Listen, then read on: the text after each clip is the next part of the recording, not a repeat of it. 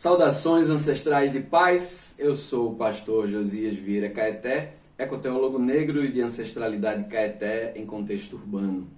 Aqui, a fé brota do território, a palavra é uma semente e o vídeo é nosso cultivo.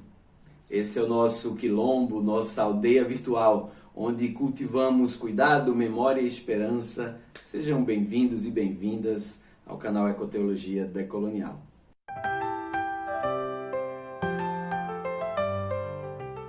O que é que vocês acharam do vídeo anterior?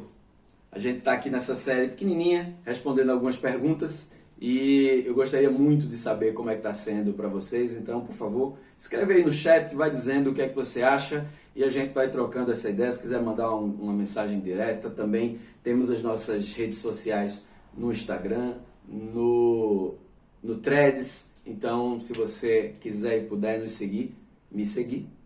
Fique à vontade que eu estou aqui para a gente fazer essa caminhada. Para começar a conversa, deixa eu pedir para você se inscrever nesse canal, ativar o sininho para a gente continuar conversando, as informações dos vídeos que vão sendo lançados chegarem para você a contento e você poder acompanhar no processo da nossa conversa aqui. Bem como você está vendo que está aparecendo aqui, ó, um QR Codezinho. Esse QR Code é se você quiser e puder nos apoiar, mandar um Pix para a gente poder continuar fazendo aqui o trabalho desse canal e construindo conteúdo junto com você. Também temos o nosso Apoia-se que está na descrição desse vídeo, bem como uma chave Pix. Caso você não consiga copiar aí o QR Code, a chave Pix também está aí. E aí você fica muito à vontade para mandar o que quiser, o que puder e se quiser. Nos ajude a aumentar a quantidade de pessoas nesse canal para que a gente possa ter outras formas de contato com vocês e outras ferramentas que essa plataforma nos permita, tá? Então, vamos seguir com a nossa caminhada aqui nas respostas das perguntas que chegaram. Como eu falei no vídeo anterior, essas perguntas vieram numa oportunidade de um webinar que eu fiz junto com algumas organizações, com pessoas do mundo todo. E elas foram trazendo, algumas perguntas podem até parecer mais óbvias para quem é do Brasil, mas para quem está fora do Brasil é importante saber como as coisas acontecem aqui, como foi o caso do racismo religioso que nós falamos no vídeo anterior. Vambora agora, temos outra pergunta aqui para responder. Bem, essa outra pergunta aqui, ela tem a ver com um processo histórico do nosso território e do Estado brasileiro que se estabeleceu nesse território, né? A pessoa disse, olha, você falou da dificuldade de desvincular a doutrina da conquista, o pensamento de conquista, do cristianismo. Como você vê a teologia decolonial ajudando ou não no processo? E aí que a gente tem uma pergunta ambígua, né? Ajudando ou não no processo de conquista ou ajudando ou não no processo de nos libertarmos ou nós pensarmos sobre essa estrutura de conquista e nesse problema que é desvincular o cristianismo da ideia de conquista, da ideia de dominação, da ideia de invasão, né? Pois é, essa é uma resposta que não é simples, não? E aí eu vou tentar aqui dentro do nosso tempinho fazer uma resposta aceitável e, como eu sempre digo, por favor, escreva no chat o que você acha que pode ser contribuição para a gente poder melhorar isso daqui e fazer uns vídeos melhores a cada encontro, tá bom? Eu penso o seguinte, a ideia do cristianismo, ela não nasce em Jesus, essa é a primeira coisa. O cristianismo, enquanto religião, não nasce em Jesus. Jesus, ele inicia um movimento, né? Há quem diga que ele fundou a igreja, eu discordo, tá? Tem aquela fala célebre dele, né? Pedro, tu és pedra e sobre essa pedra fundarei a minha igreja. E aí a pessoa fica naquela de perguntar, de pensar, né? Você está falando de Pedro, está falando dele, né? O que é a igreja naquele momento que Jesus está pensando ali? Porque o que nós temos como igreja hoje descende da palavra eclésia, que tem uma relação de movimento, né? De observar de fora, entrar, influenciar. Que influência é essa, né? O cristianismo é um tipo de influência que nasce com essa ideia de igreja enquanto instituição. Portanto, ela não nasce em Jesus. Ela nasce em Constantino, 300 anos depois de Jesus. uma contextualização histórica bem rápida. Constantino, imperador romano, portanto colonizador, afinal de contas ele naquele momento histórico ali entre o ano 300 e 400, ele está tendo um problema com as colônias do Império Romano e ele encontra o caminho político do cristianismo, ou de organizar esse cristianismo enquanto religião para superar essa problemática política que ele está tendo lá. E aí ele convida todos os bispos, desembolsa dinheiro, traz bispos que estavam ali nas suas comunidades pequenas, às vezes esses bispos eram artesãos, eram agricultores, homens que não tinham nenhuma relação com a pompa e o luxo do império, e aí Constantino faz esses homens se tornarem grandes detentores de poder e de dinheiro dentro do Império Romano. Ele garante que esse encontro, que é o Concílio de Nicéia, aconteça dentro da estrutura do Império, no palácio, e porque não se tinha as catedrais, né? As catedrais começam a ser construídas pelo próprio Constantino. A sua mãe, que era muito cristã, por assim dizer, ela era muito afeita à fé daquele movimento. Uma das primeiras catedrais que é feita através dessa mãe de Constantino.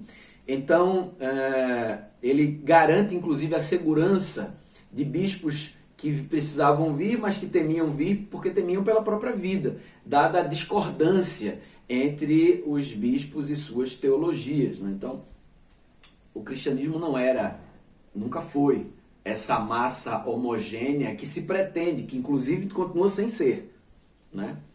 Essa massa organizativa, essa estrutura deliberativa que age como um corpo só, isso não existia. Os bispos estavam vivendo suas espiritualidades junto com as suas comunidades de fé nos seus territórios e pensando a fé a partir da vida real. Então, no Concílio de Nicéia se fez diversas determinações para tentar construir uma fala unívoca do que era a igreja, o cristianismo. Tentou-se alinhar e padronizar isso, tanto que os dogmas foram definidos, os documentos foram definidos, o credo vai ser definido, vão ser rejeitados pensamentos de alguns bispos, vão ser aceitos pensamentos de outros, há um processo político de enxotar alguns bispos que discordam desse pensamento hegemônico. Então, o processo do Concílio de Nicéia não é uma coisa orgânica do cristianismo, senão não é uma coisa orgânica da Igreja de Jesus, do corpo de Cristo, senão uma estruturação política. Então, esse era o cenário. Eu até falei demais desse cenário, gastei muito tempo nele, mas no contexto do território do Brasil, que se chama Brasil por esse estabelecimento de um Estado, mas esse território aqui chama-se Pindorama, está localizado aí num continente chamado América do Sul, que tem por nome correto Abya-Yala, que é o nome dado pelos povos desse território, mas recebe esse nome América em homenagem a Américo Vespúcio, um invasor europeu. E tem essa invasão construída a partir dessa reunião de igreja e monarquia. Agora a gente já está falando aí do século XVI, que é quando acontece a invasão desse território, 1500, século XV, né? A partir de 1501 é século XVI. Então, esse é um processo estruturado a partir desses dois poderes que configuravam uma coisa só. O poder político na monarquia era um poder político-religioso e determinava o que precisava ser feito. E aí, eu aconselho que você dê uma lida na carta de Pero Vaz de Caminha. Todo mundo conhece, todo mundo sabe que existe, mas quase ninguém, não vou dizer ninguém não, né? Quase ninguém faz uma leitura detalhada, atenciosa, se debruçando sobre aquele texto. Eu, particularmente, precisei reler diversas vezes agora, há pouco, devido a alguns trabalhos que precisei fazer. E aí Pero Vaz tem uma fala dentro de uma fala. Ele tem várias falas complicadíssimas nesse texto, mas uma chama a atenção para essa ideia da dominação, né? Como é que a gente pensa o cristianismo em dominação e se é possível desvincular. E a gente vê o documento, né, a Carta de Pero Vaz de Caminhas, como uma prova de que isso está tão amalgamado que é muito difícil que a gente pense numa desvinculação da ideia de dominação e o cristianismo. E aí ele diz assim, a mim e a todos pareceu que essa gente, se referindo aos povos indígenas, que a essa gente não lhes falte outra coisa para ser toda cristã, do que entenderem-nos, porque assim tomavam aquilo que nos viam fazer como nós mesmos, ou seja, faziam as mesmas coisas que nós. Por onde pareceu a todos que nenhuma idolatria neles havia, ou eles têm. Pero Vaz tinha uma forma de analisar as coisas muito peculiar do europeu, né? Que é, se não tem uma coisa que responda a esse padrão que eu conheço, não é. Ou seja, se não tem um credo, se não mostra um Deus, se não tem uma estrutura religiosa, não tem religião. E de fato, nossos povos indígenas não têm religião, têm cultura. A espiritualidade é parte da cultura. Mas vamos lá, vamos voltar aqui para a carta. E bem creio que, se Vossa Alteza, ele está falando com o rei, aqui mandar quem entre eles mais devagar ande, que todos serão tomados e convertidos ao desejo de Vossa Alteza. Ou seja, ele entende que se for encaminhada a estrutura proselitista do cristianismo para aquele território, que é este nosso território, essas pessoas serão convertidas ao cristianismo e também ao desejo do rei. E que desejo é esse do rei? Servir a ele e acumular as riquezas. Continuando. E por isso, se alguém vier, não deixe logo de vir clérigo que os batize, porque já então terão mais conhecimento da nossa fé. Até agora, parou a coisa da fé aqui, do proselitismo, ou seja, a gente tem que converter esse povo para o cristianismo, ou seja, nos apropriarmos da consciência deles. E agora ele entra no outro processo de dominação, ou seja, a dominação da mente e agora a dominação material. Veja, até agora não podemos saber se há ouro ou prata nessa terra, nela, né, na terra, ou outra coisa de metal ou ferro. Nem lhe vimos, ou seja, não vimos nenhum desses materiais.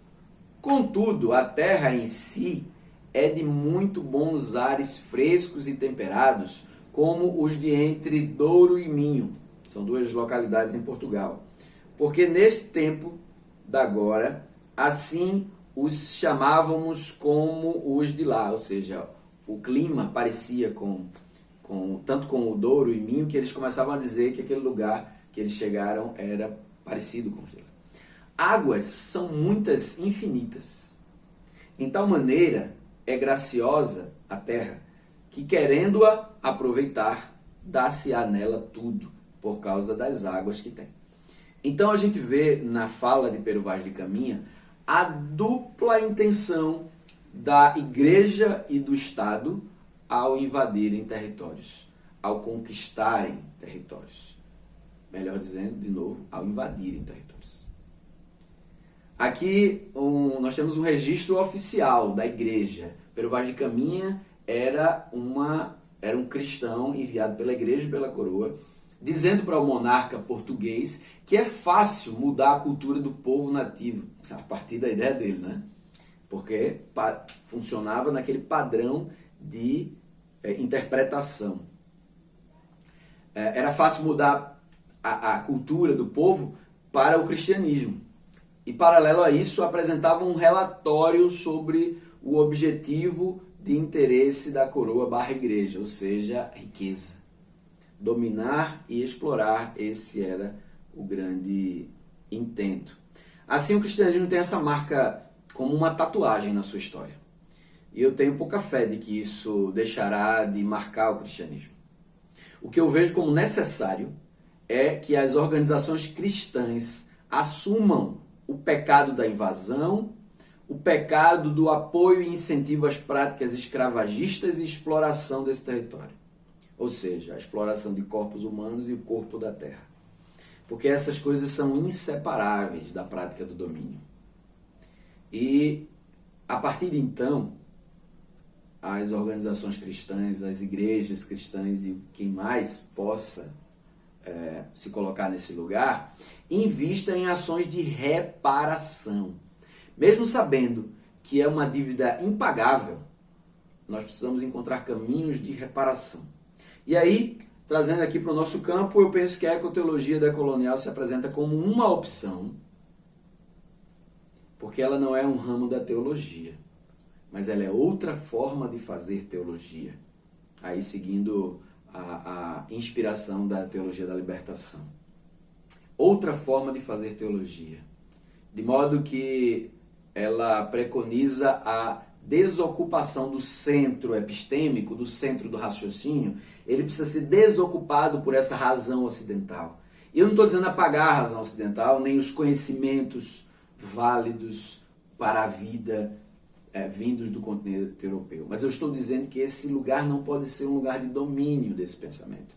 E descentralizar significa ocupar esse centro do pensamento com uma diversidade epistêmica, ou seja, construir aqui uma ecologia de saberes que possam nos ajudar a construir, a partir das vozes subalternizadas, a saber, povos negros, indígenas, povos não brancos, construir nova forma de ser e estar nesse mundo.